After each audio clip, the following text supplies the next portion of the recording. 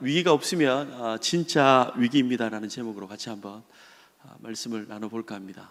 1965년도에 프랑스에서 아파트 매매 계약이 이루어졌습니다. 어떤 매매 계약이냐면요, 월세를 사는 사람이 있었습니다.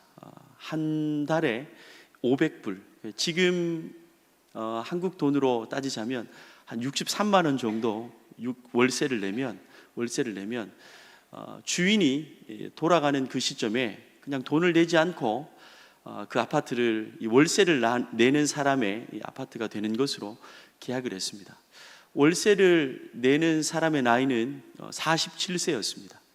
1965년도에 60만 원 정도 금액은 결코 작은 금액이 아니죠. 그래서 세를 내는 사람과 세를 받는 사람이 그렇게 계약을 맺었습니다. 세를 내는 사람의 나이는 47세였고요. 세를 받는 할머니의 나이는 90세였습니다. 47세 된 분이 얼마나 기뻤겠습니까? 월세만 잘 내면 싼 값에 아파트를 이제 소유할 수 있다는 그 기대감을 가지고 있었어요. 그래서 가족 모두 다 기뻐했습니다. 그런데 30년이 지났습니다. 월세를 냈던 사람은 77세로 죽음을 맞이했고, 주인은 120세 할머니로 살아계셨습니다. 그 후로 할머니는 2년을 더 사셨고 122세 때 죽음을 맞이했습니다. 그래서 77세로 죽은 그 남자의 가족들이 죗값을 주고 아파트를 샀던 이야기가 있습니다. 수학은 공식이 있죠. 그래서 그 공식대로 풀립니다. 그러나 인생은 우리의 공식대로 풀리지 않습니다. 인생은 우리의 계획만큼, 우리의 노력만큼 풀려지지 않을 때가 있죠. 때로는 우리의 인생과 삶이 전혀 내가 원하지 않았던 방식과 방향으로 흘러갈 때가 있습니다. 우리는 그때 바로 위기의식을 느끼죠. 위기의식은 내가 계획하고 내가 생각했던 대로 방향이 그곳으로 흘러가지 않을 그때 정말 위기감이 우리에게 휘몰아치기 시작합니다. 믿음의 동역자 여러분, 어느 누가 다 알고 있듯이 어느 누구도 이 위기를 환영하는 사람은 아무도 없습니다. 모두 다 편안한 삶을 원하죠. 그러나 위기를 우리가 원하지 않는다고 해서 위기는 우리를 그냥 내버려 두지 않습니다. 하루에도 몇 번씩 이 위기는 우리의 삶 속에 침투하려고 끊임없이 노력하고 있습니다. 그러나 우리는, 여기 앉아있는 모두 우리는 위기에 대해서 쉽게 우리의 삶을 열어주지 않습니다. 그렇지만 위기는 우리의 인생 속에 무단으로 반드시 밀고 들어오는 무단 침입자가 됩니다. 위기는 어느 누구에게도, 동역자 여러분, 열애가 없습니다. 여기에 있는 모든 믿음의 동역자들의 삶 가운데 어디 위기가 없는 사람이 있습니까? 여기 있는 모든 사람들의 공통점이 있다면 말하지 않아도 위기가 하나쯤은 다 있다는 것입니다. 저는 하나님의 은혜로 결혼을 했습니다. 제 모교회가 대구에 있는 신천내가가 흐르는 동막교회라는 아주 작은 교회가 있습니다. 그곳에 중학교 때 처음으로 교회를 가서 믿음 생활을 시작하고 그곳에서 수련회 때 예수 그리스도를 만나서 생명사역자가 되었습니다. 중고등부 시절에 작은 교회였기 때문에 예수님을 만나고 제 인생이 완전 뒤집어졌습니다. 복음을 향한 이 열정이 타오르기 시작해서 교회에서 작은 교회였지만 중고등부 회장을 시켜줬어요. 그래서 경주로 우리가 중고등부 아이들을 데리고 수련회를 다 갔습니다. 수련회를 갔는데 그곳에서 경주에 가면 자전거를 그때 당시에 많이 탔습니다. 제가 자전거를 한 명, 두 명씩 태워서 다 보냈어요. 보내고 나니까 한 살 많은 교회 누나가 있었는데 자전거를 못 타는 한 명의 자매가 남았습니다. 제가 고1이었고 고2 누나였습니다. 자전거를 못 탄다고 하니까 얼마나 화가 나겠어요. 더워 죽겠는데 자전거 못 탄다고 옆에 이렇게 막 눈만 깜빡깜빡하고 서 있고, 그래서 제가 구박을 주면서 자전거 이때 동안 안 배우고 뭐 했냐고 그러면서 어쩔 수 없이 2인용 자전거를 빌렸습니다. 그래서 제 뒤에 태웠죠. 그래서 자전거가 가니까 제 허리를 잡는 거예요. 제가 이건 신체 접촉이다. 그래서 제가 책임져야 되겠다 싶어서 결혼을 했습니다. 신체 접촉은 곧 결혼이잖아요. 제가 군대 갔다 와서 연애를 시작했고 군대 갔다 와서 이제 학교를 졸업하고 결혼을 했습니다. 하나님이 첫째는 아들로 주셨고요, 둘째는 아들로 주셨고, 그래도 셋째는 아들로 주셨습니다. 그래서 집에 가보면 분홍색은 고무장갑밖에 없다는 거. 요 아이들을 데리고 종종 이제 어렸을 적에 제가 그 병원에 갔었습니다. 3명이 한꺼번에 감기를 앓을 때면 아내와 제가 같이 병원을 데리고 갑니다. 같이 병원을 데리고 갔는데 아직도 기억 남는 그 순간들이 있습니다. 주사를 맞는 게 너무 쉽지 않잖아요. 독감에 걸려서 저희는 이제 독감 처방을 받으러 갔는데, 교회 뒤편에 있는, 수영동 공동 뒤편에 있는 이 아동병원이 크게 있는데요, 그곳에 아이들이 난리가 난 거예요. 그래서 뭐 주사를 맞기도 하고 하는데 한 아이가 주사실에서 뛰어나왔습니다. 그래서 뭐 아이들이 굉장히 분위기가 좋지 않고 난리가 났는데, 저희도 아이 3명과 실랑이를 하다가 주사실에서 튀어나온 아이 뒤에 아주 팔뚝이 굵은 간호사 언니도 같이 따라 나왔습니다. 그래서 엄마와 함께 그 4살, 5살 정도 되는 아이를 코너로 몰아갔습니다.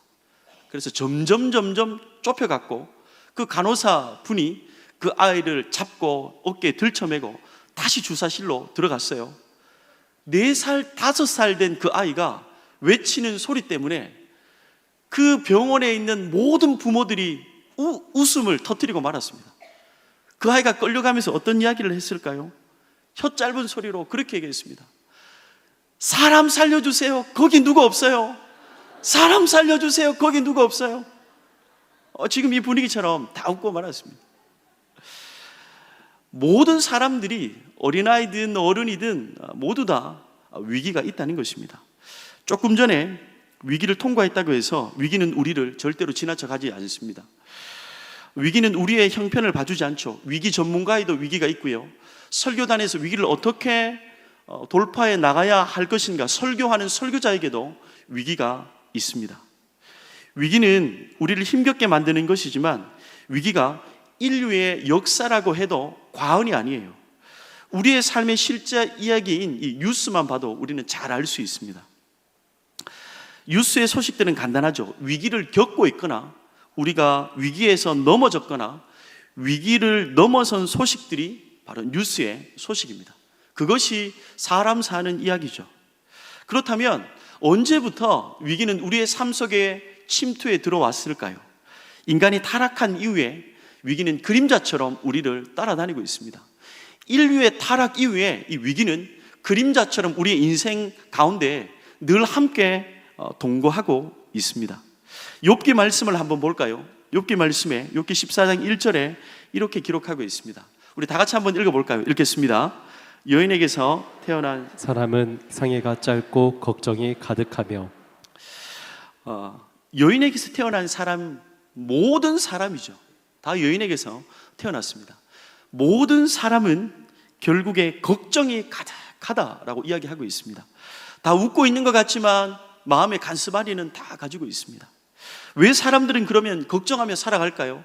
욥기 5장 7절은 이렇게 기록하고 있죠. 사람은 고생을 위하여 났으니 불꽃이 위로 날아가는 것 같으니라. 인간의 일생은 타락 이후에 고생과 고난이라고 이야기하고 있습니다. 그렇기 때문에 사람의 삶은, 우리의 인생은 일평생 위기일 수밖에 없습니다. 사람의 인생은 고생과 고난의 연속이기 때문에 우리는 위기의 인생을 살아가지만, 위기가 겉으로 드러나는 사람과 위기가 있지만 그 위기를 머금고 살아가는 사람, 이 두 부류로 나눌 수 있는 거죠. 크고 작은 인생의 위기는 한마디로 우리의 삶의 필수품이라고 할 수 있습니다. 그래서 경제 칼럼니스트 이 박필규 씨가 인생과 위기라는 이 칼럼을 썼습니다. 제가 이 글을 읽으면서 참 동의가 됐어요. 이렇게 기록하고 있습니다. 필자는 살면서 많은 위기를 겪었다. 하루아침에 안정된 직장을 잃고서 정신은 심한 충격을 받았고 몸은 병들어 제대로 가누지 못했다. 벌어둔 돈이 없어 당장 먹고 사는 일을 걱정했던 날이 있었다. 살아갈 힘도 살아야 할 이유마저 잃어버린 절대절명의 위기였다. 내가 겪은 위기는 예고도 없이 불청객처럼 나의 의지와 무관하게 찾아왔다. 위기는 정신적, 물질적 기반을 무력화시킨 인생의 핵폭탄이었다. 위기는 사람을 피폐하게 만든 마지막 구절이에요. 악마였다. 이렇게 이야기했습니다. 위기를 삶을 무너뜨린 핵폭탄이다. 위기는 나의 인생 전체를 무너뜨리는 악마다. 이렇게까지 표현하고 있습니다. 주님께서도 우리에게 위기를 없애준다라고 말씀하지 않았습니다. 예수 그리스도를 믿는 성도라면 얼마나 위기가 없으면 좋겠습니까? 그러나 성경에는 우리에게 이 위기나 고난이 없애준다라고 주님께서 말씀하지 않았습니다. 위기는 우리의 삶에 늘 함께 있지만, 위기도 있지만 주님께서 우리와 늘 함께 해 주시겠다고 주님은 약속하셨습니다. 그런데 여러분, 위기가 진짜 힘든 이유가 뭘까요? 누구에게나 다 있는 위기가 진짜 힘든 이유가 무엇입니까? 위기는 예고 없이 불어닥치기 때문입니다. 위기는 시계가 없습니다. 위기는 우리의 인생의 시간표 밖에 거하고 있는 것입니다. 단 한 번도 우리는 위기와 약속 시간과 장소를 잡은 적이 없습니다. 그런데 위기는 24시간 그리고 모든 장소에서 일어납니다. 우리의 상황을 결코 고려해 주지 않습니다. 우리를 기다려 주지 않는 거죠. 자녀들이 좀 건강하게 또 예수님을 만날 때까지 좀 기다려줬다가 위기가 밀어닥치면 얼마나 좋아요. 그러나 우리를 배려해 주지 않습니다.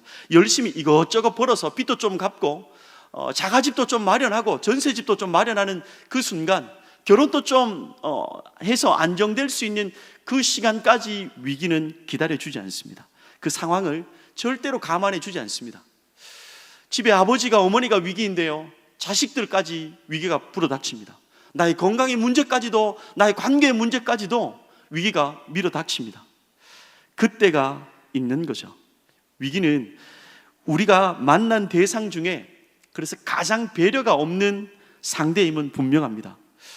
배려가 없고 밉고 싫다고 해서 우리 인생 밖으로 위기를 밀어낼 수 있느냐? 그럴 수 없습니다. 우리가 호흡이 이 땅 가운데 끝나는 그 순간까지 위기는 우리의 삶 가운데 밀어오고 있습니다. 늘 우리의 삶에 거하고 있는 이 인생의 위기, 어느 누구에게도 예외가 없는 이 위기를 어떻게 다루느냐, 이것이 우리의 인생을 결정할 것입니다. 혹시 맨발의 마라토너 아베베를 아십니까? 맨발의 마라토너 아베베라는 사람이 있었습니다. 에티오피아의 마라토너였어요. 근데 그가 1960년대 이 로마 올림픽에 나왔습니다. 늦게 대표팀에 좀 합류했습니다. 그때 에티오피아 마라톤 선수, 육상 선수들은 아디다스라는 이 그룹에서 후원을 다 해주기로 했는데 아베베 선수가 너무 늦게 대표팀에 합류를 한 거예요. 그래서 발에 맞는 신발을 너무 늦게 와서 찾지 못했습니다. 그래서 1960년대 로마 올림픽의 아베베는 맨발로 달렸습니다. 그런데 시간이 기가 막혔어요. 2시간 15분 16초 금메달을 땄습니다. 그림을 한번 볼까요? 아베베가 맨발로 결승선을 들어오는 그 장면입니다. 영웅이었죠. 영웅. 4년 뒤에 1964년에 도쿄올림픽에, 일본에서 열린 도쿄올림픽에 나갔습니다. 그때는 신발을 신었어요. 뭐 이제 말할 것도 없죠. 맨발 벗고 금메달을 땄는데 4년 뒤에는 여러분 입상을 했겠어요? 못 했겠어요? 금메달을 당연히 땄습니다. 그리고 시간도 신발을 신겨줬더니 더 단축했어요. 2시간 12분 만에 기록을 단축하며 금메달을 땄고 에티오피아의 영웅이 되었습니다. 그래서 그 나라의 에티오피아 황제로부터 아주 좋은 자동차를 선물로 받았습니다. 그런데 그 자동차를 타다가 사고가 났어요. 사고가 나서 하반신이 마비가 되었습니다. 하반신을 쓰지 못하는 사람이 되었던 거죠. 달리는 마라토너에게 두 발이 사라졌습니다. 마라토너에게 사형 선고가 내려진 것이나 다름없습니다. 그의 인생의 최고의 위기였죠. 여러분이라면 어떻게 하시겠습니까? 다리가 필요한 마라토너인데 두 다리가 사라졌습니다. 그는 이렇게 얘기했습니다. 놀라운 이 기사에 그의 인터뷰 내용이 나왔습니다. 나는 아직도 두 손이 남아 있습니다. 나는 아직도 두 손이 남아 있습니다. 두 다리를 묵상하지 않고 남아있는 두 손을 묵상했습니다. 그래서 두 손으로 할 수 있는 양궁을 선택했습니다. 1970년도 이 장애인 노르웨이 올림픽 때 그는 금메달을 3개나 땄습니다. 양궁을 한 모습도 한번 볼까요? 그가 1970년도에 이 노르웨이 올림픽 때 금메달 3관왕이 되었습니다. 아베베는 두 다리를 잃어버리면서 그의 인생도 잃어버리지 않았습니다. 위기는 삶의 불청객으로 늘 우리의 삶에 찾아오지만 늘 옆에 있는 동반자이기 때문에 위기를 어떻게 맞이하느냐가 얼마나 중요한지를 보여주고 있는 대목입니다. 자신에게 다가온 위기를 해석하는 능력이 우리의 인생을 결정할 것입니다. 믿음의 동역자 여러분, 위기를 대하는 태도가 인생의 고도를 결정할 것입니다. 여러분의 인생의 위기 앞에 그렇다면 어떻게 반응하고 계십니까? 내 아들들은, 내 자녀들은, 우리의 부모들은, 우리의 이 다락방 식구들은 위기를 어떻게 맞이하고 있습니까? 오늘 본문을 통해서 우리는 위기의 참 의미를 발견하고 성도로서 위기를 어떻게 또 대해야 하는지를 한번 살펴봤으면 좋겠습니다. 예수님께서 무리를 향해 오시면서 이 본문은 시작됩니다. 여러분 40절인데요. 본문 40절 이렇게 기록하고 있습니다. 한번 읽어봅시다. 시작. 예수께서 돌아오심에 우리가 환영하니 이는 다 기다렸음이로라. 예수님께서 이방인의 땅에서 사역을 마치고 이 갈릴리 서쪽인 이 가버나움으로 돌아오셨어요. 언제나 예수님은 슈퍼스타입니다. 예수님이 가는 곳곳마다 사람들은 열광했죠. 예수님께서 열광하고 예수님을 기다린 이유가 무엇입니까? 예수님이 가는 곳곳마다 슈퍼스타 대우를 받는 이유가 무엇이었어요? 그것은 바로 예수님께 은혜를 입기 위해서입니다. 그런데 많은 무리들이 예수님의 은혜를 고대했지만 오늘 본문 누가복음 8장에 예수님의 은혜를 누린 사람은 여러분 두 사람뿐입니다. 두 사람뿐이죠. 혈루병 여인과 회당장 야이로 뿐입니다. 많은 사람들이 동역자럼 여기 모였습니다. 많은 사람들이 모였어요. 수많은 인구들이 모였지만 두 사람만 은혜를 받았다고 생각해 보십시오. 하나님의 은혜는 은혜의 무리 속에 있다고 해서 누릴 수 있는 것이 아니에요.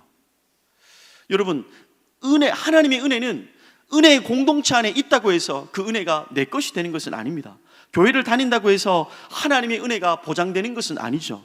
예배당 안에 있다고 해서 폭포수와 같은 은혜가 부어질 것이라고 생각한다면 그것은 착각입니다. 순교자의 가문에 속해 있다고 해서 당연한 은혜를 기대하는 것은 도둑의 심보입니다. 하나님의 은혜를 누리는 주인공이 반드시 있습니다. 광야 가운데서 하나님의 은혜를 누린 사람은 갈렙과 여호수아가 은혜를 누렸습니다. 나오미의 이 모압 며느리들 중에서 오르바가 아니라 룻이 하나님의 은혜를 누렸죠. 예수님과 함께 한 공간에 있었지만 이 마르다가 아니라 마리아가 주님의 은혜를 입었습니다. 그렇다면 우리는 하나님의 은혜를 누린 이 두 사람을 한번 좀 자세하게 살펴보아야 합니다. 이 두 사람의 삶의 행적에 한 발짝 다가가 보아야 합니다. 은혜를 누린 이 혈루병 여인과 회당장 야이로에게만 반복되는 단어가 있습니다. 수많은 사람들에게는 이 단어가 없어요. 그러나 회당장 야이로와 혈루병 여인에게 이 두 사람에게만 반복적으로 나오는 동일한 단어가 있습니다. 41절과 44절에 기록되어 있는데요. 회당장 야이로의 삶을 보면 예수님의 발 아래 와서 41절에 이렇게 기록하고 있습니다. 이에 회당장인 야이로라 하는 사람이 와서 예수의 발 아래 엎드려 이렇게 기록하고 있습니다. 여기에 와서라는 이 단어에 우리는 눈빛을 좀 빼앗길 필요가 있습니다. 혈루병 여인도 동일합니다. 혈루병 여인은 예수님의 등 뒤로 왔습니다. 44절을 한번 볼까요? 예수의 뒤로 와서 그의 옷가에 손을 대니 혈루증이 즉시 그쳤더라 이렇게 기록하고 있습니다. 동역자 여러분, 두 사람에게 반복되는 단어가 와서라는 단어입니다. 성경은 이 두 사람이 예수님께로 왔다는 것을 드러내고 있습니다. 예수님께로 향하는 것에, 예수님께로 가는 것에 이들의 힘을 쏟았다는 것을 우리는 알 수 있죠. 이 두 사람만이 예수님을 향해서 굉장히 적극적이었던 사람임은 분명하게 이 단어들을 통해서 드러내고 있습니다. 그래서 하나님의 은혜를 입은 거죠. 그러나 반면에 무리를 잠시 한번 봅시다. 무리라고 이야기하는 것보다 더 정확하게 이야기하자면 하나님의 은혜를 경험하지 못한 자, 이렇게 표현해도 될 것 같아요. 하나님의 은혜를 경험하지 못한 무리의 특징이 뭘까요? 한번 볼까요? 42절의 하반절에 이렇게 기록하고 있습니다. 예수께서 가실 때에 무리가 밀려 들더라. 무리의 특징은 뭐냐면 밀려 갔다는 것입니다. 무리를 향해서는 예수님께서 왔다는 표현을 하고 있지 않습니다. 무리들의 신앙은 떠밀려가는 신앙이었기 때문입니다. 여러분 기억합시다. 무리의 신앙은 떠밀려가는 신앙입니다. 45절에 한 번 더 기록하고 있습니다. 이 본문은 다 같이 한번 읽어봤으면 좋겠습니다. 한번 읽어볼게요. 예수께서 이르시되 내게 손을 댄 자가 누구냐 하시니 다 아니라 할 때에 베드로가 이르되 주여 무리가 밀려들어 미나이다. 무리는 분명하게 여기서 어떻게 기록하고 있습니까? 밀려간 사람들을 무리로 구분하고 있습니다. 무리는 분명한 목적과 분명한 의지로 예수님께 나온 것이 절대로 아니에요. 예수님을 구경하러 갔다가 혹시나 하는 이 마음이 그곳에 있다가 밀려서 예수님께로 간 사람들이었습니다. 그러나 하나님의 은혜를 경험한 이 회당장 야이로와 혈류병 여인의 목적지는 분명했습니다. 떠밀려가는 믿음이 아니었습니다. 그들은 떠밀려가는 믿음이 아니었고 어떤 믿음이라고 할 수 있습니까? 떠밀려가는 믿음이 아니라 예수님께로 거슬러 가는 믿음이었습니다. 그들의 목적지는 분명했죠. 예수 그리스도였습니다. 여러분 속으면 안 돼요. 믿음의 동역자 여러분, 여기 우리가 예배당에 은혜를 사모하며 이 자리에 왔지만 우리가 속으면 안 되는 것이 있습니다. 그게 뭡니까? 교회를 오는 것보다 교회의 머리 대신 예수 그리스도께 우리는 와야 합니다. 예배당에 오는 것을 넘어서 예배의 유일한 대상이신 예수 그리스도께 나와야 함을 기억하셔야 합니다. 그때만이 하나님의 은혜가 있다는 것입니다.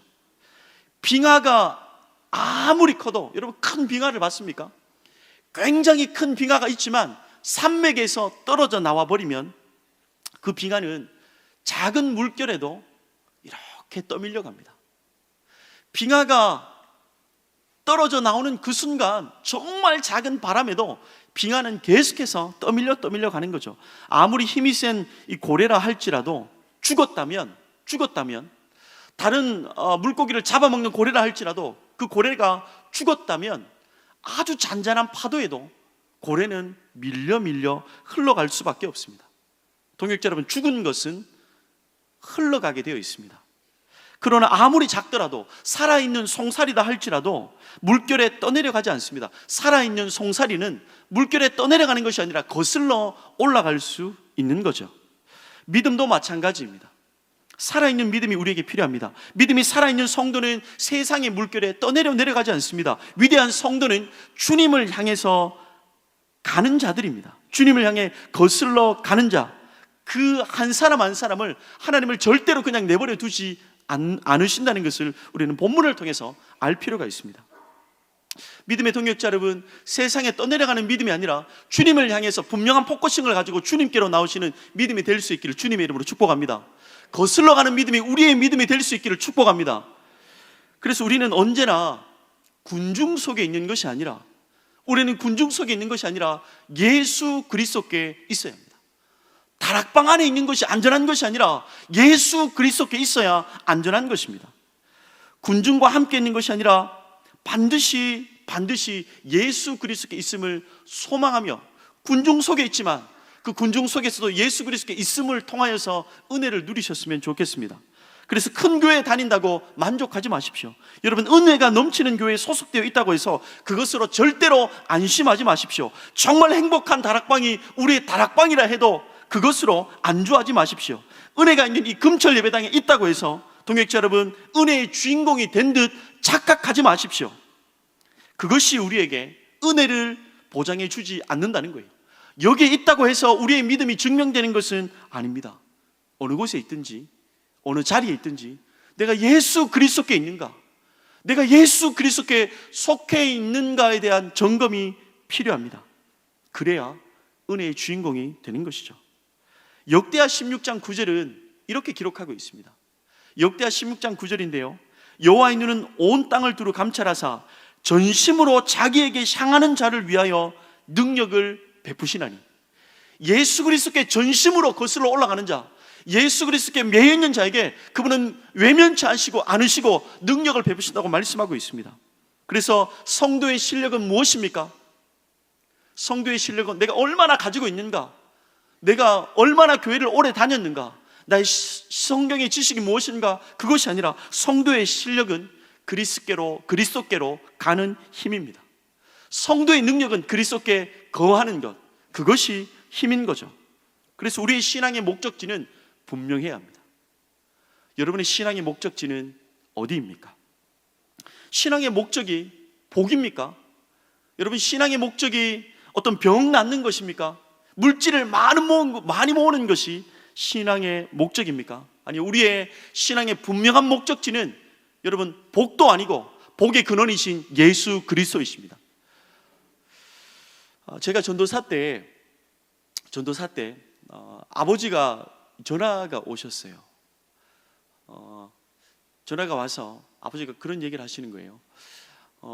현우야, 아버지가 청각장애인이신데요, 청각장애인이시다 보니까 늘 아버지가 하고 싶은 말만 하시고 전화를 끊으세요. 전화가 오셔서, 현우야, 집에 올 때, 지금 있는지 모르겠어요, 올 때 로또 복권을 좀 사와라. 제가 아내와 둘이 이제 대구로 가고 있는데, 현우야, 집에 들어오기 전에 로또 복권 좀 사와라, 그렇게 하면서 로또 복권을 어떻게 어디에서 구매할 수 있는지를 아버지가 얘기하고 탁 끊으시는 거예요. 제가 아내하고 뭐 한 번도 사본 적이 있습니까? 아버지가 그렇게 말씀하시는데 제가 단 한 번도 아버지의 말씀을 거역해 본 적이 없습니다. 아버지가 못 듣는 청각장애인이시기 때문에 저까지 아버지를 무시한다면 뭐 어떻게 아버지가 사시겠어요? 늘 순종했었습니다. 신학교 갈 때 아버지가 가지 마라 했을 때 그때도 자퇴를 한 적이 있습니다. 아버지 말은 언제나 순종했어요. 아버지가 로또 사와라, 예 아버지 하고 가서 이제 로또를 샀죠. 제 기억에 그때 제법 많이 샀습니다. 제법 많이 사서 아버지에게 이렇게 갖다 드렸어요. 아내는 굉장히 부끄러운 거죠. 여보, 무슨 교역자가 로또를 사냐고. 아버지의 말씀인데 순종해야 되니까. 믿음이 그때는 아버지가 없으셨어요. 사서 드렸습니다. 그날이 제 기억으로는 토요일 날이었는데요, 토요일 날 한 8시, 9시쯤인가요? 그때 이렇게 앉아서 제가 교역자인 사람이 사온 로또를 가지고 앞에 앉았습니다. 늘 아버지가 본인의 돈으로 로또를 샀었는데 전부 안 된 거예요. 아버지 마음에 이런 마음이 있었던 것 같아요. 하나님의 사역을 담당하는 내 아들, 얘는 뭔가 다를 것이다. 그래서 형님한테 부탁하지 않고 전도사인 저에게 딱 부탁해서 로또를 딱 가지고 이제 가족들을 다 모아놓고 아내도 앉고 어머니 뭐 다 앉아가지고 딱 펼쳐놓고 번호를 보고 있었습니다. 여러분, 어떻게 됐겠습니까? 네, 전부 다 깡이었습니다. 아버지의 실망이 굉장히 컸습니다. 제가 로또를 사서 로또가 되었다면 그것이 재앙이었겠지요. 아버지는 그 후로 저에게 단 한 번도 로또를 부탁하지 않았습니다. 여러분의 신앙의 목적지는 어디입니까? 예수 그리스도를 이용해서 좋은 대학에 가는 것, 예수 그리스도를 이용해서 집을 사는 것, 예수 그리스도를 이용해서 건강해지는 것이 우리의 신앙의 목적지입니까? 동역자라면 신앙의 목적지는 오직 예수 그리스도입니다. 신앙의 이유도 예수 그리스도이고, 신앙의 시작도 예수 그리스도이고, 신앙의 끝도 예수 그리스도가 되어야 합니다. 그래서 우리가 교회에서 섬기는 교회의 포지션이 우리의 인생을 절대로 바꿀 수 없습니다. 신앙의 연수가, 우리의 아버지가 어머니가 권사님이든 장로님이든 목회자이든 선교사이든 다락방 목자이든 상관없습니다. 그것이 우리의 삶을 뒤집어 놓을 수 없습니다. 우리가 존경하는 동역자가 성경의 여러 가지 지식들이 우리의 삶을 역전시킬 수 없습니다. 오직 예수 그리스도 한 분만이 우리의 삶을 뒤집어 놓을 수 있습니다. 하나님의 은혜를 입은 혈류병 여인과 회당장 야이로는 떠밀려가는 믿음이 아니라 거슬러 가는 믿음이었어요. 그래서 그들은 예수님께 은혜를 입은 것입니다. 무리와 이 은혜를 입은 자들의 구분선도 거기에 있는 것입니다. 그렇다면 우리가 오늘 이 본문에 가장 질문하고 싶은 그 한 가지 질문이 있습니다. 한 가지만 더 질문해 봅시다. 그들이 예수님께로 거슬러 가는 믿음을 소유할 수 있었던 원동력은 뭘까요? 예수님께 거슬러 갈 수 있었던 그 믿음을 소유할 수 있었던 원동력은 무엇일까요? 그것을 오늘 찾는 게 이 본문의 핵심인 거죠. 혈류병 여인은 부정한 여인이었습니다. 그래서 레위기 15장 26절에 이렇게 기록되어 있습니다. 그가 눕는 침상은 그에게 불결한 때의 침상과 같고 그가 앉는 모든 자리도 부정함이 불결한 때의 부정과 같으니 사람들은 혈류병 여인을 불쌍한 사람이라고 보지 않고 부정한 사람으로 취급했습니다. 말씀에도 있지만 혈류병에 걸리면 이 여인이 접촉하는 모든 것이 다 부정해졌습니다. 제가 컵을 잡으면 이 컵이 부정해지는 거예요. 잡고 있던 컵, 부정했던 이 컵을 놓는 이것도 부정해지는 것입니다. 닦았던 수건도 부정해지고요. 만났던 모든 사람들, 접촉했던 모든 것은 다 부정해지는 것입니다. 그래서 짐승보다 못한 인생을 살았을 거예요. 우리는 코로나가 처음 시작될 때 잘 알지 않습니까? 코로나가 처음에 딱 걸렸을 때 어떻습니까? 우리나라에 코로나 환자가 없을 때 처음 그 환자가 나타났을 때 난리가 났었습니다. 여러분, 저의 고향은 영덕입니다. 영덕하면 동역자로 뭐가 유명합니까? 대게, 맞아요. 그래서 제가 주기도문 할 때 대게 주의 나라와 건세와 이러면 한 번씩 고향도 생각나고 하는데, 시골에 할머니가 지금 계신데요, 코로나가 걸렸을 때 나라가 난리 났을 때 접촉하면 안 되는 코로나 환자가 영덕에 온 거예요. 그때 할머니가 그렇게 얘기하는 거예요. 할머니 괜찮아요? 영덕에도 한 마리가 나타났어. 한 마리로 표현하시는 거예요. 동역자 여러분, 혈류병 여인은 그것과 차원이 달랐습니다. 혈류병 여인과 접촉되기만 하면 너무너무 부정해졌기 때문에 짐승 취급을 받았을 것입니다. 그래서 혼자 울고 혼자 아파하고 혼자 밤을 새고 혼자 씨름하고 혼자 마음을 먹고 다시 용기를 내야 하는 그런 존재였죠. 완벽하게 사회와 공동체로부터 버림받은 존재입니다. 혈류병 여인은 이런 위기를 벗어나고자 씨름했지만 어떻게 됐습니까? 결과는 더 중해졌습니다. 병행구절이 마가복음 5장 26절인데요 한번 봅시다. 이 본문은 같이 한번 읽어볼까요? 읽겠습니다. 많은 의사에게 많은 괴로움을 받았고 가진 것도 다 허비하였으되 아무 효험이 없고 도리어 더 중하여졌던 차에, 이 여인은 가족들조차도 이제는 등을 돌리는 존재가 되었기 때문에 수단과 방법을 가리지 않고 사람들을 찾기 시작했습니다. 유능한 모든 의사를 다 찾아갔겠죠. 그러나 끝났습니다. 그리고 그가 가진 모든 재산을 다 쏟아부었습니다. 자신의 이 혈류병을 고치기 위해서 다 쏟아부었는데 자신을 가장 사랑하는 자신의 노력도 끝나버렸습니다. 그렇다면 이제 우리는 혈류병 여인의 처지를 한 글자로 표현할 수 있습니다. 끝입니다. 여러분, 끝입니다. 할 게 없습니다. 모든 희망이 다 사라진 거죠. 사람은 언제 죽을 시도를 합니까?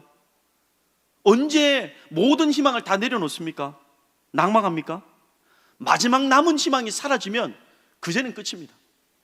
이 여인이 어느 곳에 마지막 희망을 뒀는지는 모르겠지만 자신을 가장 사랑하는 자신도 이제는 다 손을 놓을 수밖에 없었습니다. 인생의 위기가 혈류병 여인에게 찾아왔습니다. 회당장 야이로도 여러분 마찬가지입니다. 당시 하나의 회당, 하나의 이런 회당에 3명 정도의 회당장이 있었습니다. 회당장은 회당에서 재판을 주관하고 기도 인도자를 선정하고 설교자를 선정하고 설교의 심사와 감독 등 정말 권위 있는 일들을 총괄했던 사람들이죠. 사회적으로도 너무너무 영향력이 있고 존경받는 사람들이었습니다. 이러한 회당장 야이로가 어떻게 했습니까? 예수님의 발 앞에 엎드렸습니다. 예수님의 발 앞에 엎드리고 말았습니다. 사회적으로 상당한 위치에 있던 사람이, 회당장 야이로가 많은 유대인들 앞에서 그러면 안 되는데 그는 예수님의 발 앞에 엎드렸죠. 이유가 무엇입니까? 마태복음 9장 18절에 이렇게 기록하고 있습니다. 동일하게 한번 읽어보겠습니다. 예수께서 이 말씀을 하실 때에 한 관리가 와서 절하며 이르되 내 딸이 방금 죽었사오나 오셔서 그 몸에 손을 얹어 주소서. 사랑하는 딸이 죽었습니다. 그런데 자신의 지위도 인맥도 능력도 소유도 아무런 소용이 없는 거예요. 인생의 위기가 회당장 야이로에게 찾아왔습니다. 회당장 야이로의 처지를 한 글자로 표현할 수 있습니다. 여러분, 끝입니다. 사랑하는 딸이 죽었습니다. 여러분, 끝입니다. 두 사람은 가장 큰 이 위기의 지점에 있습니다. 한마디로 한계 지점에 있는 거죠. 그 위기의 순간을 통해서 어떤 일이 일어났습니까? 동역자 여러분, 이 위기의 순간을 통해서 어떤 일이 일어났나요? 주님께로 와서, 위기의 순간을 통하여서 주님께로 왔다는 것입니다. 그들은 길을 잃어버렸기 때문에 진짜 길이신 주님을 찾기 시작했습니다. 요한복음 14장 6절에 보면 주님은 길이요 진리요 생명이라고 말씀하고 있습니다. 예수님께서 우리에게 길을 가르쳐 주신다고 말씀하지 않았습니다. 내가 길이다라고 말씀하고 있습니다. 예수님께서 우리에게 생명을 얻는 방법을 너에게 가르쳐 줄게라고 말씀하지 않았습니다. 그분 자체가 생명이십니다. 진짜가 진리가 무엇인가 우리에게 가르쳐 준다고 한 적도 한 번도 없어요. 그분 자체가 진리이신 줄로 믿습니다. 회당장 야이로와 혈류병 여인은 그들의 위기의 길을 따라서 길 대신 주님께 나오게 되었습니다. 위기의 길이 내리막길인 줄 알았어요. 위기의 길이 내리막길 길인 줄 알고 끝장난 길인 줄 알았는데 그 길이 주님께로 가는 길이었습니다. 그래서 동역자 여러분, 때로는 우리가 위기로 말미암아 길을 잃어버려야 진짜 길을 잃어버리지 않습니다. 때로는 우리가 위기를 통해서 길을 잃어버려야 진짜 길을 잃어버리지 않습니다.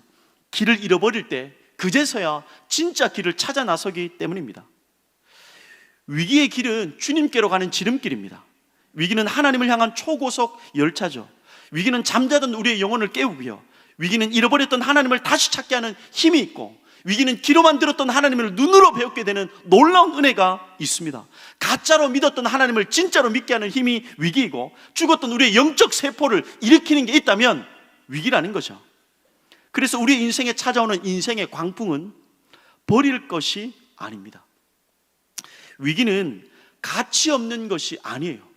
여러분에게 어떤 위기가 있는지 모르겠어요. 그러나 우리에게 인생 가운데 몰아친, 너무너무 내 삶 밖으로 밀어내고 싶었던 그 위기로 말미암아 우리는 오늘 또 이 자리에 있게 된 것입니다. 나의 길이 막힐 때, 우리의 길이 진짜 막힐 때 하나님께로 가는 길이 열리는 것이죠. 이 땅의 길이 이미 끝이 났을 때 하늘의 길이 시작되는 겁니다. 우리 눈에는 보이지 않지만 세상을 창조하신 하나님이 바닷속에 묻어둔 길이 있습니다. 하나님이 예비하신 하늘에, 땅 속에 뚫어놓은 길이 있다는 거죠. 동역자 여러분, 저도 위기의 순간을 통해서 하나님을 만났습니다. 저는 위기의 순간을 통해서 예수 그리스도를 만났어요. 이제 아내와 이제 군대 갔다 와서 결혼을 하고 첫째 아이가 하나님께서 저희 가정에 주실 때 시간이 좀 제법 길었습니다. 첫째 아이를 주실 때 시간이 길었는데, 그 첫째 아이가 저희 가정에 하나님 보내주셨을 때 얼마나 행복하고 기뻤겠어요. 너무 기뻤습니다. 그런데 그 아이가 아프기도 하고 이러면서 병원에 있다가 저희 집으로 이제 왔는데, 갑자기 아내에게 연락이 이렇게 온 거예요. 여보, 아이가 이상해요. 월요일 날이었습니다. 아이가 이상해요. 그래서 제가 월요일 날 교회에 있다가 달려가 보니까 조그만 아이가 파랗게 돼 있는 거예요. 파파스머프처럼. 너무너무 보기 신기했습니다. 왜 이렇게 아이가 파랗지?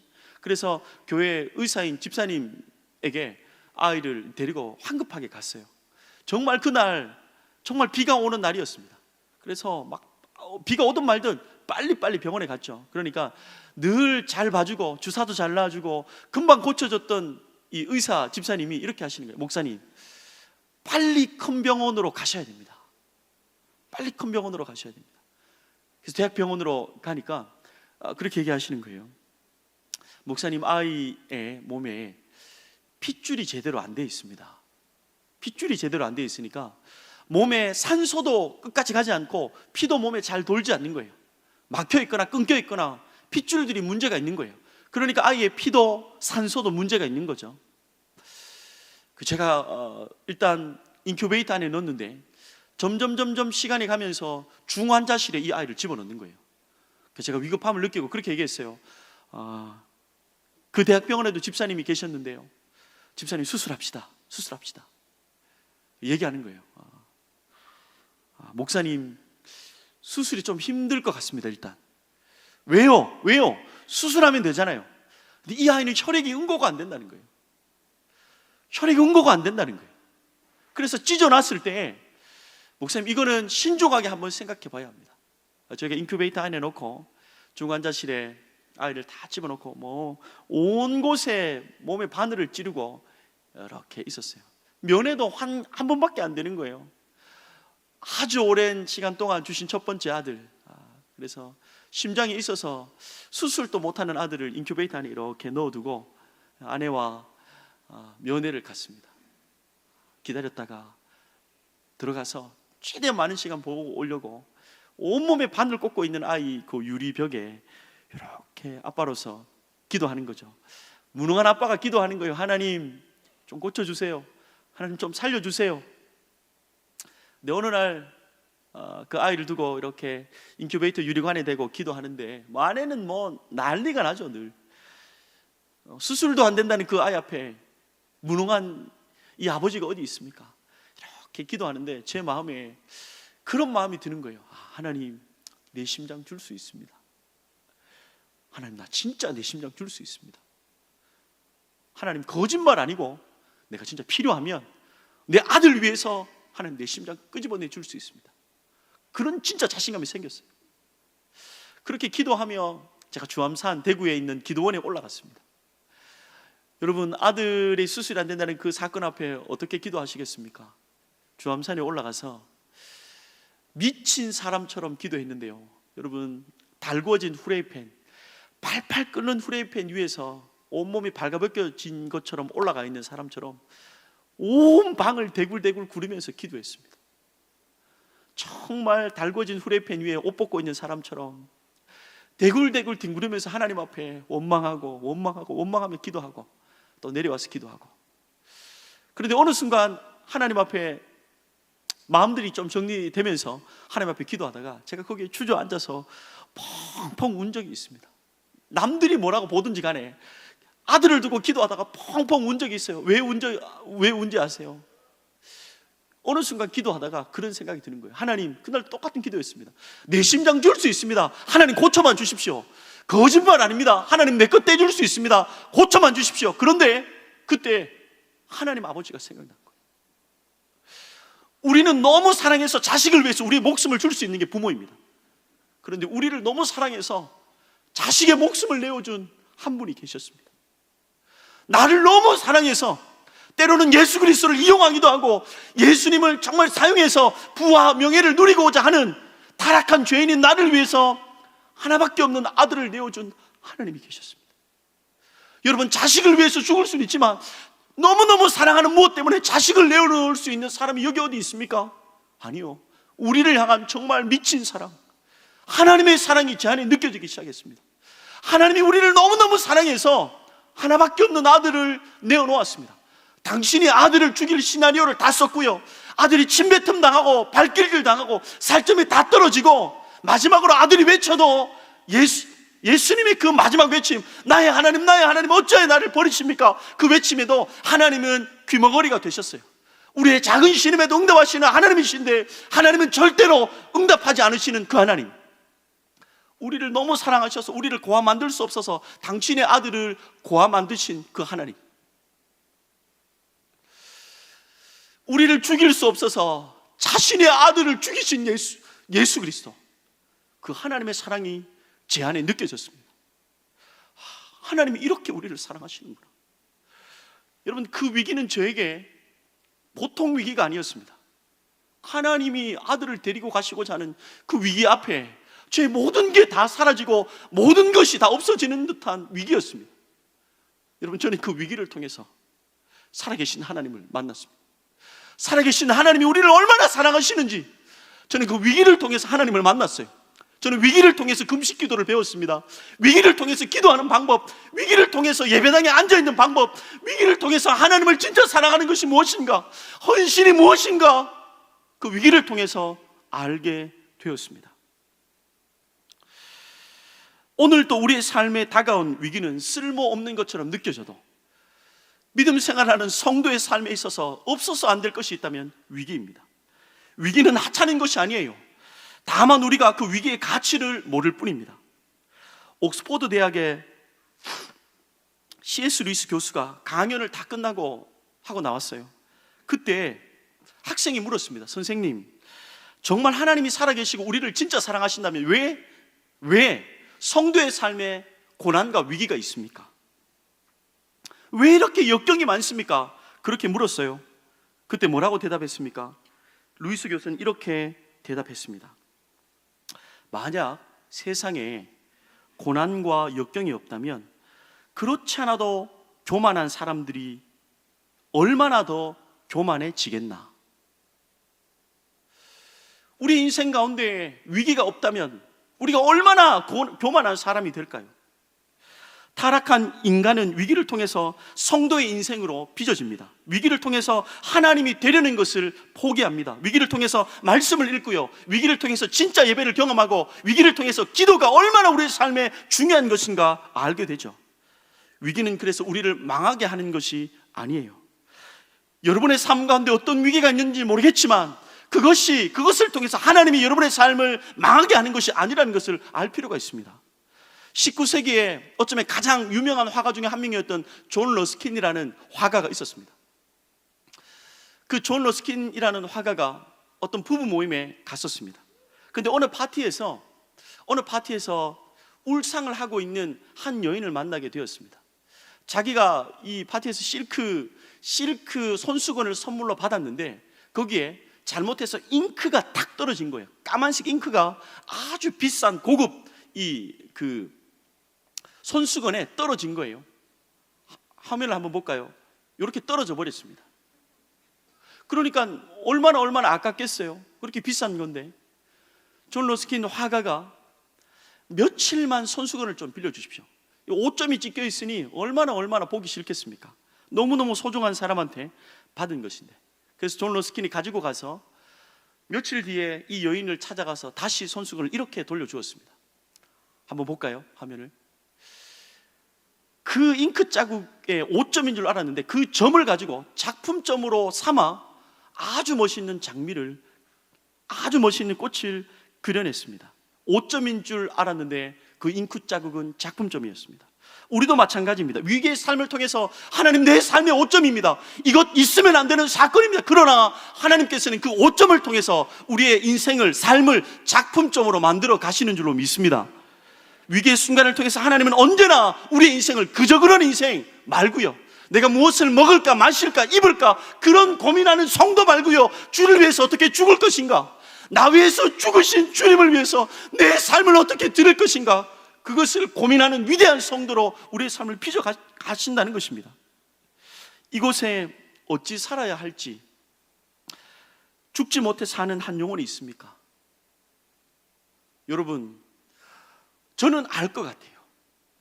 이 금요일 날 이 밤에 여기에 와 있는 여러분 이유가 뭡니까? 위기가 없으면 오겠어요? 여러분, 위기가 없으면 오지 않습니다. 다 예쁜 옷을 입고 웃고 있지만 누구에게나 다 위기가 있단 말이에요. 죽지 못해 사는 영혼이 여기에 앉아 있다 할지라도, 여러분, 내 인생 끝났구나, 내 인생 부도났구나, 그렇게 주저하며 여기에 앉아 있는 자 있습니까? 우리의 인생의 불청객처럼 다가온 이 위기는 위기로 끝나지 않을 것입니다. 하나님은 위기를 통해서 우리의 삶을 반드시 다시 일으키실 것입니다. 우리를 망하게 하기 위함이 아니라 우리를 다시 세우기 위함입니다. 우리를 죽이려는 것이 아니라 우리를 진짜 살리려는 것입니다. 우리를 버리려는 것이 아니라 진짜 아버지의 품으로 안기 위해서 그런 것이죠. 이사야 55장 8절에서 9절에 이렇게 기록하고 있습니다. 한번 읽어볼까요? 내 생각이 너희의 생각과 다르며 내 길은 너희의 길과 다름이니라. 여호와의 말씀이니라. 이는 하늘이 땅보다 높음같이 내 길은 너희의 길보다 높으며 내 생각은 너희의 생각보다 높음이니라. 우리가 위기 가운데 있을지라도 하나님은 하나님의 방법으로 우리의 삶을 경영하실 것입니다. 하나님의 방법과 우리의 생각과 계획이 다를 뿐이에요. 그러나 만약 우리가 하나님의 생각과 계획을 다 한다면 그분은 하나님이 아니십니다. 탕자를 보십시오. 돼지가 먹는 쥐엄나무 열매조차도 먹을 수 없는 상황까지 위기로 몰려가니 어떻게 됐습니까? 위기를 통해서 아버지에게로 돌아왔습니다. 위기는 하나님을 향하게 하는 힘이 있습니다. 하나님께로 돌아가게 하는 강력한 힘은 위기입니다. 하나님을 부르게 하는 능력이 있고요, 시선을 고정하는 힘이 위기에 있습니다. 그래서 C.S. 루이스는 이렇게 이야기했습니다. 하나님은 기쁨을 통해서 속삭이시고 양심을 통해서 말씀하시며 위기를 통해서 소리치십니다. 위기를 통해서 우리는 선명한 하나님의 음성을 들을 수 있습니다. 위기로 인하여서 이곳에 앉아있다 할지라도 여러분의 삶은 실패가 아니에요. 위기의 삶과 인생을 살아가고 있지만 우리가 그리스도 안에 있다면 내 삶은 실패 같은 성공입니다. 결국에는 성공의 길인 거죠. 그래서 여러분의 삶을 기대하십시오. 여러분의 삶을 소망하시고 희망했으면 좋겠습니다. 한 믿음의 동역자를 좀 나누고 설교를 마무리할까 합니다. 이전에 사역했던 우리 권사님의 아드님이기도 했어요. 굉장히 유명한 성악가였습니다. 영국의 일간지 더 타임즈에서는요, 이 배재철이라는 성악가를 100년에 한 번 나올 만한 목소리라는 극찬을 했습니다. 오페라 가수였죠. 그래서 이 오페라 가수 배재철이라는 오페라 가수의 이 삶과 목소리가 너무너무 탁월해서 유지태 배우가 주연한 영화도 나왔죠. 그 영화가 더 테너라는 영화입니다. 포스터도 한번 볼까요? 이게 보면 이 더 테너라는 영화로도 나왔고요. 거기에 마이크를 들고 있는 이분은 배재철 이 오페라 가수였습니다. 너무너무 탁월한 목소리를 가졌고 밀라노 국립음악원에서도 수석 졸업을 했습니다. 그리고 독일에서 국립오페라 주연으로 아주 승승장구, 동양에서 이런 사람이 나올 수 있단 말인가 난리가 난 거죠. 그런데 그가 오페라를 시작하고 한양대 성악과를 졸업하기까지 동기가 된 이유가 있었습니다.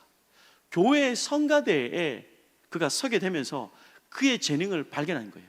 그곳에서 교회에서 하나님을 만났고 성가대에서 하나님을 찬양하는 게 너무 좋아서 찬양하다 보니까 그게 전공으로 이어지고 세계에서 주목받는 오페라 가수가 되었습니다.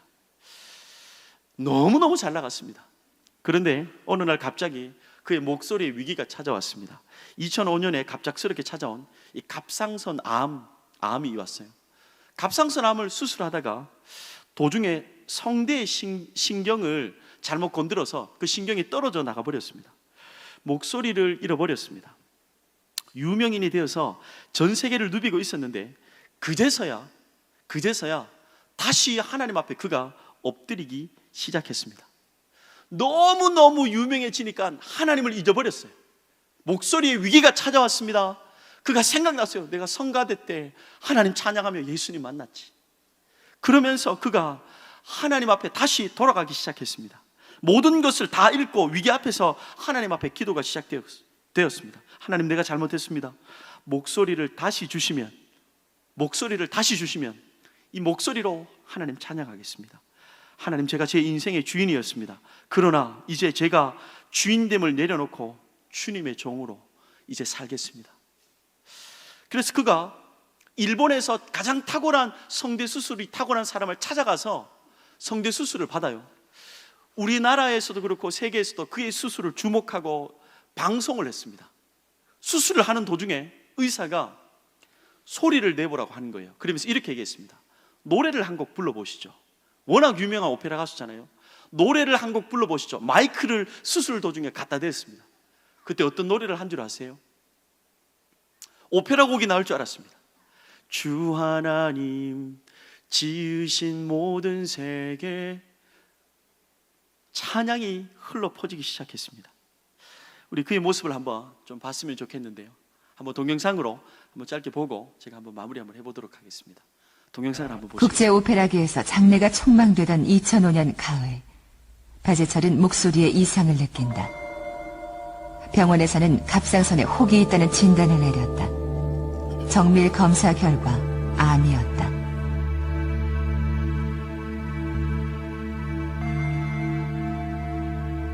암세포는 예상보다 넓게 퍼져 있었다. 8시간 넘게 계속된 수술. 결국 암세포와 함께 성대를 움직이는 신경까지 절단하면서 목소리를 잃어버린 것이다. 이듬해 배재철은 성대 기능을 회복하는 수술을 받았다. 오기나 거의 이렇게 있었어. 큰 소리로 아 해보세요. 아, ちょっとなんかね、歌を歌えるこの姿 짧게 勢 부를 수 で 있는 悪 노래 いけど、 있으면 한 개 불러보시겠어요? なくなって 노래? 遠慮なく 노래요. 주 하나님 지으신 모든 세계 내 마음속에 세계적인 테너를 꿈꾸던 가수가 수술대 위에 누워 노래를 해야만 하는 상황. 하늘의 별 울려 퍼지는 뇌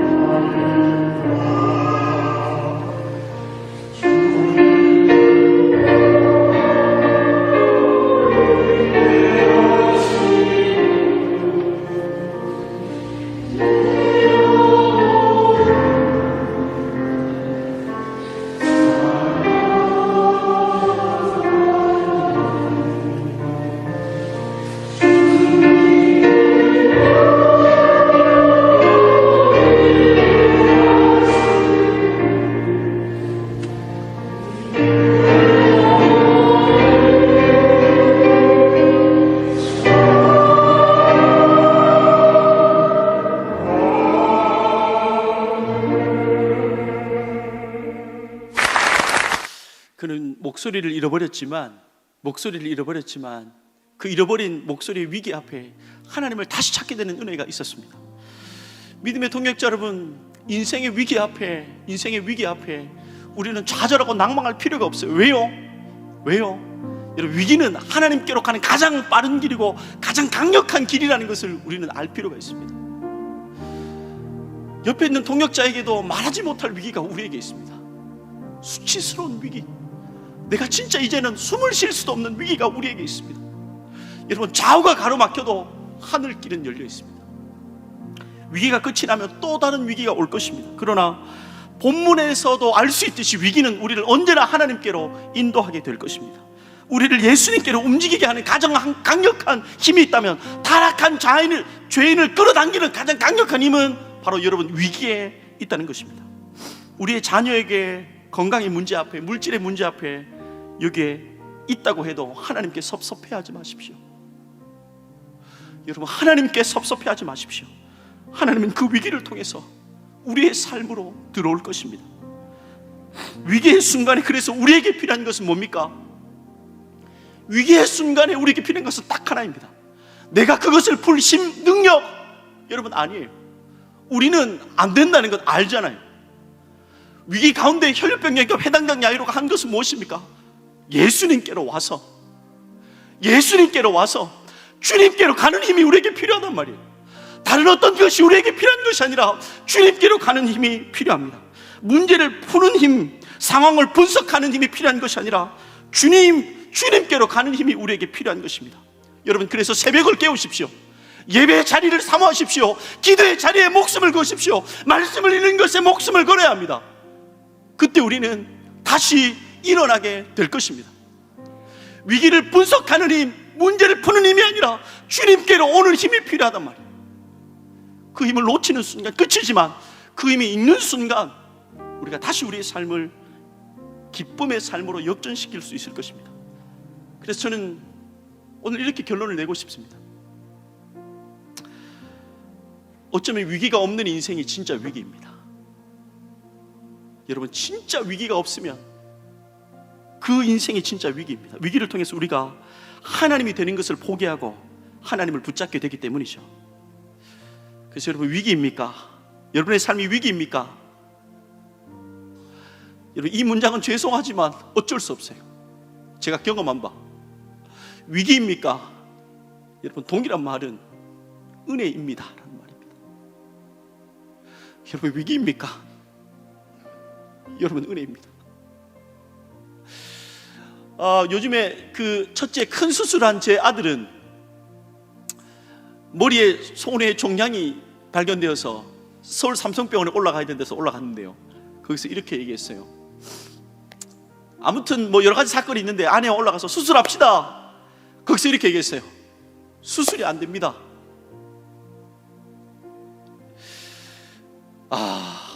여러분, 하나님 한 분 남았습니다. 하나님 한 분 남았습니다. 그러나 제가 잡은 하나님은, 제 아내가 잡은 하나님은 생명의 하나님이십니다. 능력의 하나님이시고 유일한 정답이십니다. 왜 기도가 답이 될까요? 나의 기도를 들으시는 하나님이 답이시기 때문에 답이 되는 거죠, 기도가. 여러분, 어떤 위기 가운데서도 우리의 기도를 들으시는 하나님이 답이시라면 돌파구가 있고 살아날 일이 있음을 기억하며 여러분 사십시오. 그리고 위기가 끊임없이 몰아와도 기억하십시오. 은혜구나, 은혜구나. 그래서 그 은혜를 노래하며 은혜의 자리를 지켜가며 다시 승리하시는 여러분이 될 수 있기를 주님의 이름으로 축복합니다. 위기입니까? 여러분, 은혜입니다. 그걸 기억하시는 여러분이 되었으면 좋겠습니다. 우리 은혜 찬양 한번 하고 오늘 같이 한번 기도했으면 좋겠는데요, 우리 은혜라는 찬양을 한번 했으면 좋겠습니다. 내 삶의 어떠한 순간과 상황이 몰아와도, 위기의 삶이 쏟아져도, 그것 때문에 우리가 여기 있잖아요. 그 위기 때문에 나 같은 존재가 여기 있잖아요. 하나님께 헌신하려고 하잖아요. 위기 때문에 내가 여기에서 하나님의 말씀 들으려고 하잖아요. 위기 때문에 기도하려고 하잖아요. 그 모든 것이 은혜였음을 이 시간 한번 고백했으면 좋겠습니다.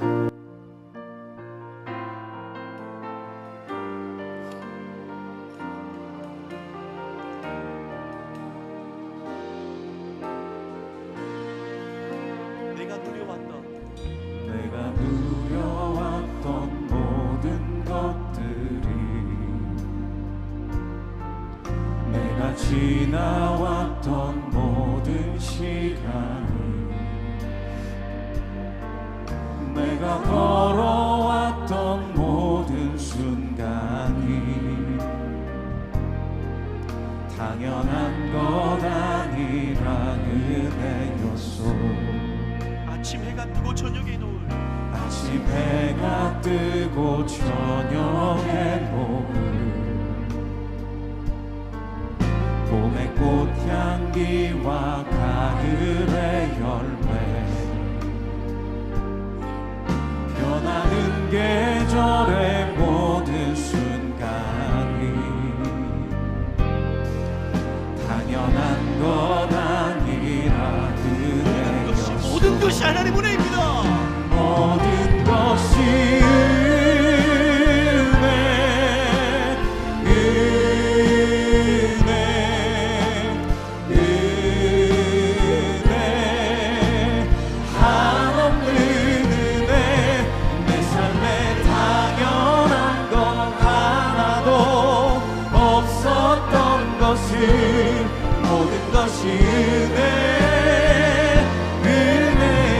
내가 이 땅에 태어나 사는 것, 내가 이 땅에 태어나 사는 것, 어린아이 시절과 지금까지 숨을 쉬며 살며 꿈을 꾸는 삶, 당연한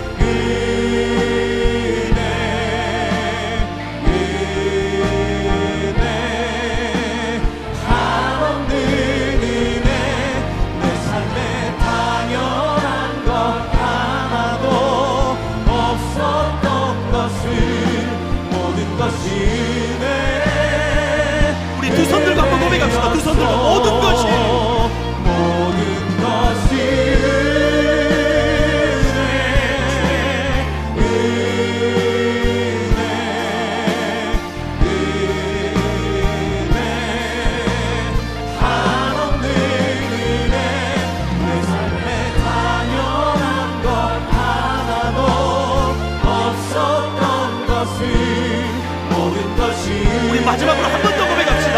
하나님, 내 삶의 모든 것이 은혜입니다. 모든 것이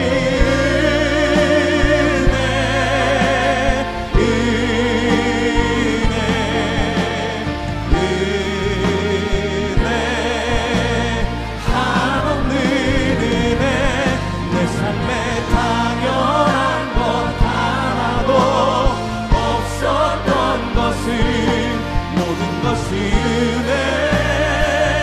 은혜였소. 우리 목소리로 한번 할까요? 목소리로. 모든 것이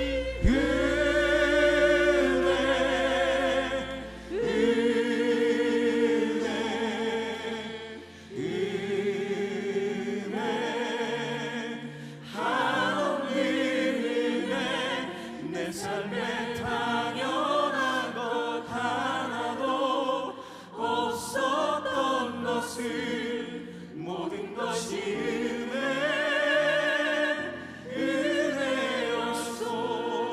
은혜였소. 믿음의 동역자 여러분, 위기로 말미암아 우리는 여기에 있지만 하나님 앞에 섭섭해하지 마십시오. 동역자 여러분, 위기 가운데 우리를 하나님이 내버려 두신 것이 아니라 위기를 통해서 우리에게 두 팔 벌려 우리를 기다리고 계신 그 하나님을 기억해야 합니다. 여러분, 그런데 그거 아세요? 위기를 통해서 우리는 문제가 풀려지기를 원하고 문제의 답을 원하지만 하나님은요 그 위기를 통해서 여러분을 원하세요. 여러분을 원하세요. 돈에 뺏겨버린 내 거룩한 신부, 명예에 뺏겨버린 내 거룩한 신부, 여러분을 원하고 있단 말이에요. 우리는 답을 원하지만 하나님은 여러분을 원하고 계십니다. 시간 우리가 한번 기도했으면 좋겠습니다. 하나님, 위기를 통해서 나를 원하시는 하나님, 제가 여기 있습니다. 하나님, 제가 여기 있습니다. 여러분, 문제의 답을 풀어달라고 기도하는 것이 아니라 그 위기를 통해서 오늘도 두 팔 벌려 우리를 기다리시는 하나님의 음성을 들으십시오. 여러분을 품에 안기를 원하시는 그 하나님, 내 아들을 죽여서까지도 여러분을 살리셨던 그 하나님, 거룩한 신랑 되신 예수 그리스도의 그 음성 가운데 여러분, 이제는 좀 항복해야 합니다. 그래서 이 시간 한번 기도했으면 좋겠습니다. 하나님, 제가 여기까지 왔습니다. 하나님, 제가 여기까지 왔습니다. 이만큼 나를 몰아오신 하나님, 제가 여기 있습니다. 그래서 하나님, 내가 문제의 위기 앞에 문제의 답을 달라는 것이 아니라 하나님, 내가 더욱더 하나님 사랑하며 주님 붙잡고 사는 인생 되게 하여 주시옵소서. 위기를 통해서 주님을 더 사랑하는 은혜가 있게 하여 주시옵소서. 우리 주여 세 번 부르짖고 기도하시겠습니다. 주여.